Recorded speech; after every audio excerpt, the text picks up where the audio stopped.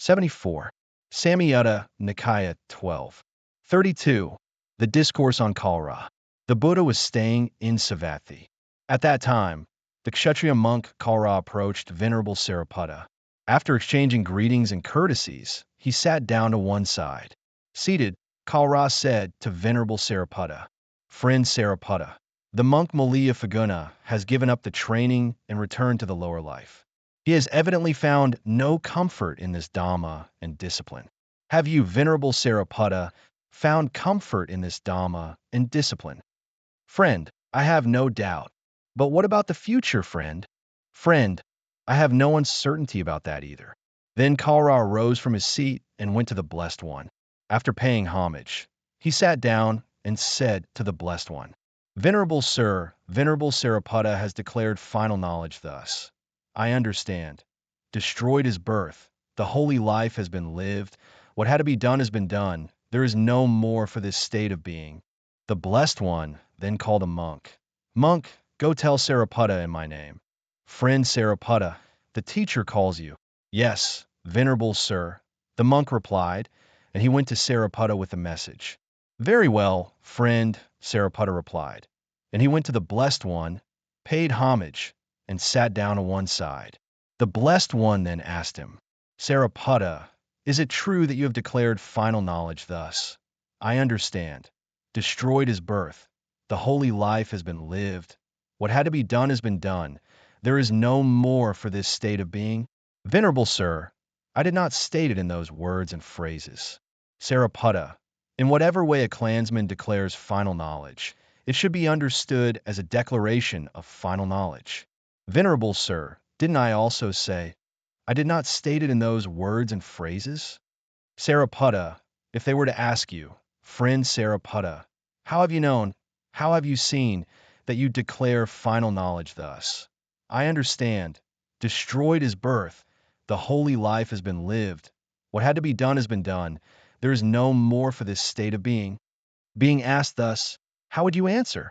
"Venerable Sir, if they were to ask me this, I would answer thus. Friends, with the destruction of the source of birth, knowing it to be destroyed, I understand. Destroyed is birth. The holy life has been lived. What had to be done has been done. There is no more for this state of being." That is how I would answer such a question. "But Sariputta, if they were to ask you, friend Sariputta, what is the source of birth? What is its origin? From what is it born and produced?" Being asked thus, how would you answer? "Venerable Sir, if they were to ask me this, I would answer, friends, birth has existence as its source, existence as its origin. It is born and produced from existence." That is how I would answer. And if they were to ask, what is the source of existence? What is the source of clinging? What is the source of craving?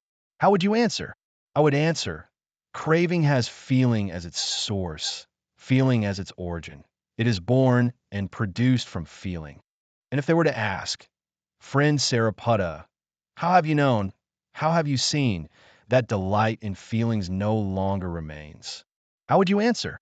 I would answer, friends, there are these three feelings: pleasant feeling, painful feeling, and neither painful nor pleasant feeling. These three feelings are impermanent. Whatever is impermanent is suffering. When this is understood, delight in feelings no longer remains. That is how I would answer. Good, Sariputta. This too is a way to explain in brief. Whatever is felt is included in suffering.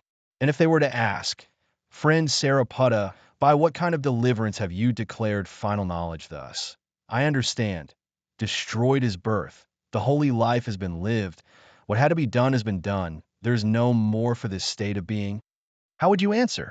I would answer, friends, by an internal deliverance, by the destruction of all clinging, I dwell mindfully in such a way that the taints do not flow within me, and I do not despise myself.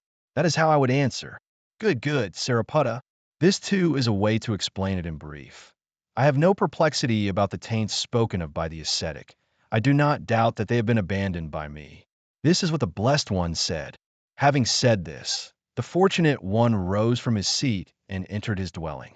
Then, soon after the Blessed One had left, Venerable Sariputta addressed the monks. Friends, the Blessed One asked me the first question without my having prior knowledge of it. But when he approved of my answer, it occurred to me, if the Blessed One were to question me about this matter with various terms and in various ways for a whole day, I could answer him for that whole day with various terms and in various ways.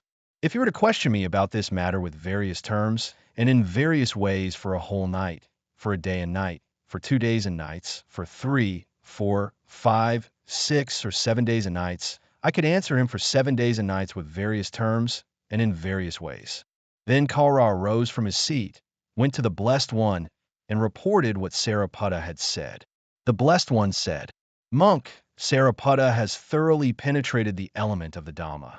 If I were to question Sariputta about the element of the Dhamma with various terms and in various ways for a whole day, for 7 days and nights, Sariputta could answer me for 7 days and nights with various terms and in various ways."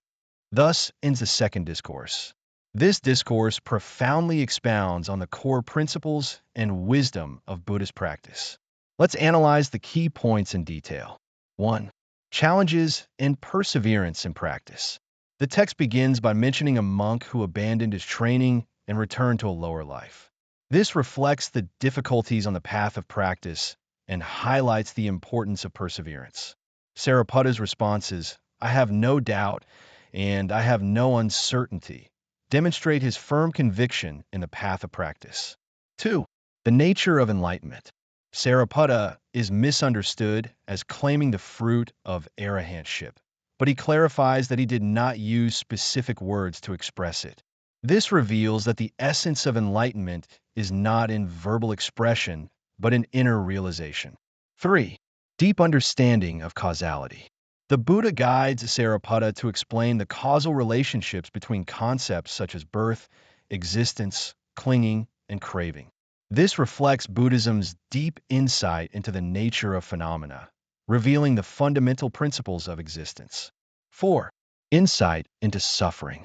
Sariputta points out that the 3 types of feelings, pleasant, painful, and neutral, are all impermanent and therefore suffering. This understanding can eliminate attachment to feelings and is key to liberation. 5. True liberation. Sariputta describes the state of liberation as internal deliverance by the destruction of all clinging. This embodies the core of Buddhist liberation view, not escaping reality, but fundamentally transforming one's perception and attitude towards reality from within. 6. Depth and breadth of wisdom. Sariputta expresses his ability to answer the Buddha's questions in countless ways, demonstrating that true wisdom is not rote memorization, but flexible application and comprehensive understanding of truth. This discourse inspires us to consider 1. How to maintain faith in practice when facing setbacks and doubts. 2. What is the relationship between true realization and verbal expression? 3. How to observe and understand the chain of causality in daily life. 4. How can the understanding that all is suffering help us reduce attachment? 5. How should we understand and pursue true inner liberation? 6. How to cultivate wisdom as deep and broad as Sariputta's. This discourse not only showcases the depth of Buddhist thought, but also provides a mirror for us to examine our own lives and practice. It invites us to deeply contemplate the nature of existence, challenges our fixed notions about happiness, suffering, and liberation, and guides us towards deeper self-awareness and spiritual freedom. In this world full of changes and challenges, such wisdom can become a beacon in our hearts, guiding us to find true peace and satisfaction.